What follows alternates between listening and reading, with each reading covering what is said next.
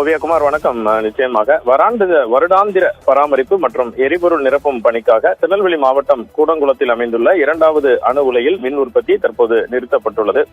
இந்த மின் உற்பத்தி நிறுத்தத்தினால் 1000 மெகாவாட் மின் உற்பத்தி பாதிக்கும். இதனால் தமிழகத்திற்கு கிடைக்க வேண்டிய 562 மெகாவாட் மின் உற்பத்தி கிடைப்பதில் சுணக்கம் ஏற்பட்டுள்ளது என்றே கூற வேண்டும்.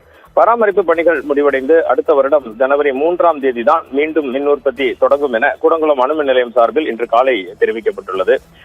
திருநெல்வேலி மாவட்டம் கூடங்குளத்தில் மத்திய அரசுக்கு சொந்தமான அணுமின் நிலையம் இயங்கி வருகிறது. இங்கு 1வது மற்றும் 2வது அணு உலையில் தலா 1000 மெகாவாட் மின் உற்பத்தி செய்யப்பட்டு வருகிறது. ஓவியகுமார், 3வது மற்றும் 4வது அணு உலை பணிகள் 85% நிறைவடைந்துள்ள நிலையில் இன்னும் 5 மற்றும் 6வது அணு உலைகளில் பூர்வாங்க பணிகள் தற்போது நடைபெற்று வருகின்றன.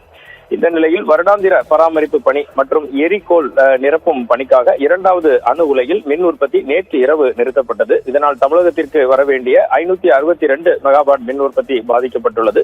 இதனை சரி செய்யும் விதமாக தமிழக மின்வாரியம் பல்வேறு நடவடிக்கைகளை மேற்கொண்டுள்ளது. இந்த பராமரிப்பு பணிகள் முடிந்து அடுத்த ஆண்டு ஜனவரி மாதம் 3ஆம் தேதி மீண்டும் மின் உற்பத்தி துவங்கும் என அணுமின் நிலைய வட்டாரங்கள் தெரிவித்துள்ளன.